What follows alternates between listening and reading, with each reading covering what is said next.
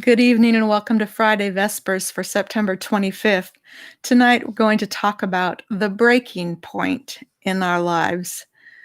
It's when you're going along through your days and you're rolling with the punches and you think you're doing well, and then all of a sudden there's just one blow too many. You know what I'm talking about, and I'm betting that if you haven't had that experience of late, you know someone who has.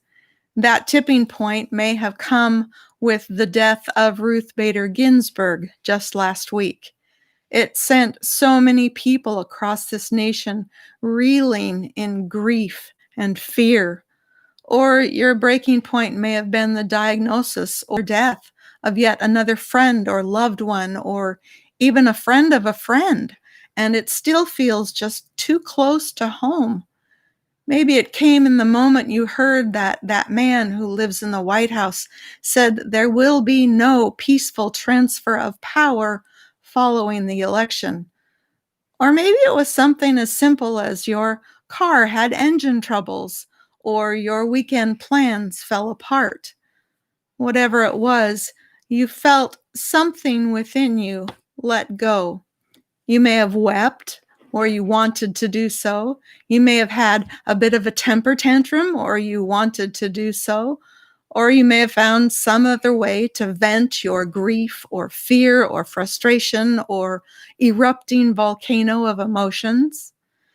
As the pain bubbles and the sorrows grow all around us, we know we need respite. The words I'm reading tonight come from Weems's book, Psalms of Lament.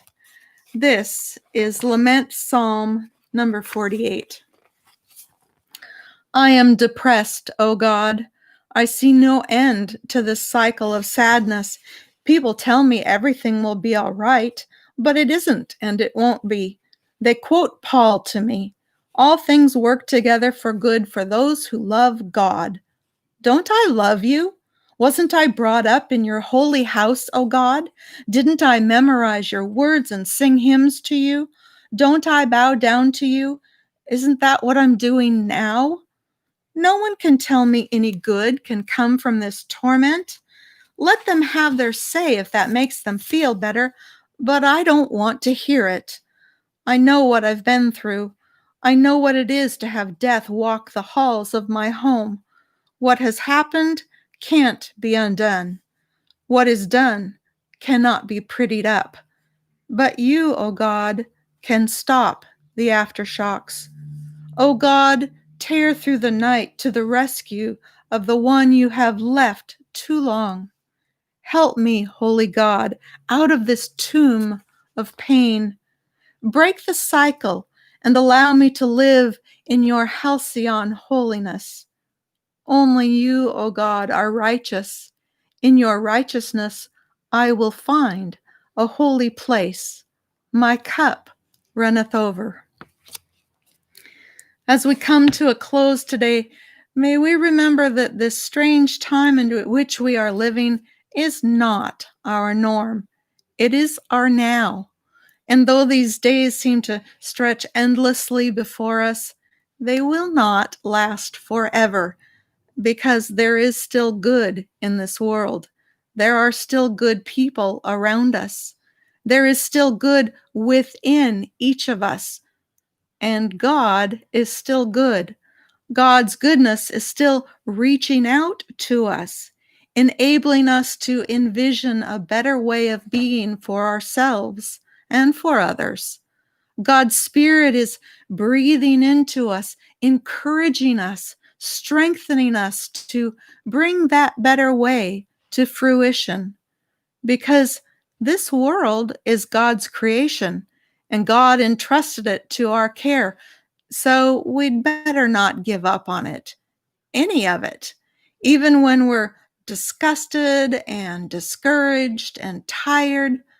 God's got our backs and is ready to scoop our poor, tired puddles off the ground and get us ready to hit the road once again.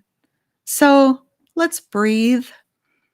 Let's breathe in the magnificent essence of the divine who creates all that is good and beautiful and gives us hope. That simple word that means so much. Hope. Let's crawl out of the tombs into which we keep falling and seek out and dwell in that halcyon holiness of our God. Have a beautiful week because you have endless possibilities for beauty dancing before you. You just need to find them. Bye.